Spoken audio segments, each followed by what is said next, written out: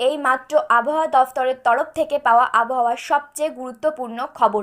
গরমের অস্বস্তি কমার তো লক্ষণই নেই, বরং দক্ষিণবঙ্গে আজ কমবে বৃষ্টির সম্ভাবনা ও পরিমাণ।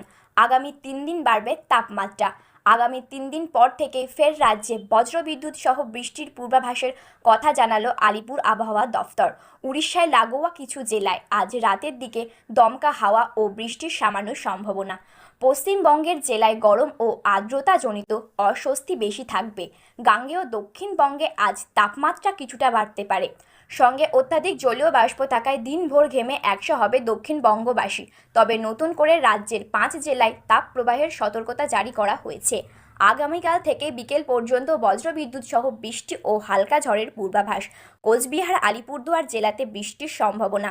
উত্তরবঙ্গের 8 জেলাতেই বিক্ষিপ্তভাবে বজ্রবিদ্যুৎ সহ বৃষ্টির সঙ্গে 30 থেকে 40 কিলোমিটার বেগে হালকা ঝড়ো হাওয়া ও বজ্রপাতের আশঙ্কা রয়েছে। বজ্রপাতের আশঙ্কা থাকায় সতর্ক বার্তা আলিপুর আবহাওয়া দফতরের। বজ্রবিদ্যুৎ সহ বৃষ্টি ও ঝড়ের সতর্কতা দিলেও নিরাপদ আশ্রয় থাকার পরামর্শ আবহাওয়াবিদদের। গতকাল নিকোবর দ্বীপে ঢুকে পড়েছে মৌসুমি বায়ু। আগামীকাল দুপুরে গোটা আন্দামান নিকোবর দ্বীপপুঞ্জে মৌসুমি বায়ুর কবলে পড়বে। দক্ষিণ পশ্চিম মৌসুমি বায়ুর জন্য অনুকূল পরিস্থিতি দক্ষিণ বঙ্গোপসাগর, দক্ষিণ আন্দামান সাগর এবং নিকোবর দ্বীপপুঞ্জ এলাকায়। আন্দামানের আগাম হলেও কেরলে দেরিতে বর্ষা। নির্ধারিত সময় 1 জুন বর্ষা ঢোকে কেরলে। এই মৌসুমে বর্ষা কেবল আসবে 4 জুন, অর্থাৎ এই বছরে বর্ষা দেরিতে ঢুকবে বলে জানিয়ে দিল মৌসুম ভবন। বঙ্গে বর্ষা কবে তা পরে জানানো হবে। আগেই উত্তরবঙ্গের বর্ষা আসবে। অল্প কিছু দিন পরেই বর্ষা প্রবেশ করবে দক্ষিণে।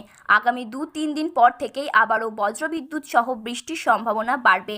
আগামী 2-3 দিন পর থেকেই আরও একটা স্পেলে বজ্রবিদ্যুৎ সহ ঝড় বৃষ্টির সম্ভাবনার কথা জানালো আলিপুর আবহাওয়া দফতর। আরও কিছুদিন পর থেকেই ঘুরিয়ে ফিরিয়ে বৃষ্টি পেতে পারে প্রায় সব জেলায়। আজ আংশিক মেঘলা আকাশ, চূড়ান্ত ঘরমাক্ত অস্বস্তি বাইরে টেকা দায়ী হয়ে উঠেছে। জলীয় বাষ্পের জন্য পরিস্থিতি খুব অসহনীয় হয়ে উঠেছে। জলীয় বাষ্পের জন্য পরিস্থিতি খুব অসহনীয় হয়ে উঠলে রাতের দিকে বিক্ষিপ্তভাবে এক পশলা বৃষ্টি পেতে পারে কলকাতা।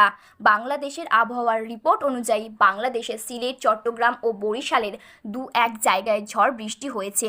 গত 48 ঘন্টা পর্যন্ত সবচেয়ে বেশি 21 মিলিমিটার বৃষ্টি হয়েছে মৌলভীবাজারের শ্রীমঙ্গলে। আবহাওয়াবিদ মোহাম্মদ আবুল কালাম মল্লিক জানান, ঢাকা, চট্টগ্রাম এবং সিলেট বিভাগের 2-1 জায়গায় অস্থায়ীভাবে দমকা বা ঝড়ো হাওয়া সহ বৃষ্টি বা বজ্রবিদ্যুৎ সহ বৃষ্টি হতে পারে। সেই সঙ্গে কোথায় কোথায় বিক্ষিপ্তভাবে শিলা বৃষ্টি হতে পারে। এছাড়া দেশের অন্যত্র অস্থায়ীভাবে আংশিক মেঘলা আকাশ সহ আবহাওয়া প্রধানত শুষ্ক থাকতে পারে। এই সময়ে সারা দেশে দিনের তাপমাত্রা বাড়তে পারে এবং রাতের তাপমাত্রা প্রায় অপরিবর্তিত থাকতে পারে। জলীয় বাষ্পের অধিক্যের কারণে অস্বস্তি বাড়তে পারে। বাগেরহাট, যশোর, চুয়াডাঙ্গা ও কুটিয়া জেলার ওপর দিয়ে তীব্র তাপপ্রবাহ এবং দিনাজপুর, রাঙ্গামাটি, চাঁদপুর, খুলনা, সাতক্ষীরা, বরিশাল ও পটুয়াখালী জেলা সহ ঢাকা ও রাজশাহী বিভাগের ওপর দিয়ে মৃদু থেকে মাঝারি ধরনের তাপপ্রবাহ বয়ে যাচ্ছে এবং তা অব্যাহত থাকতে পারে বলে জানিয়েছেন এই আবহাওয়াবিদ।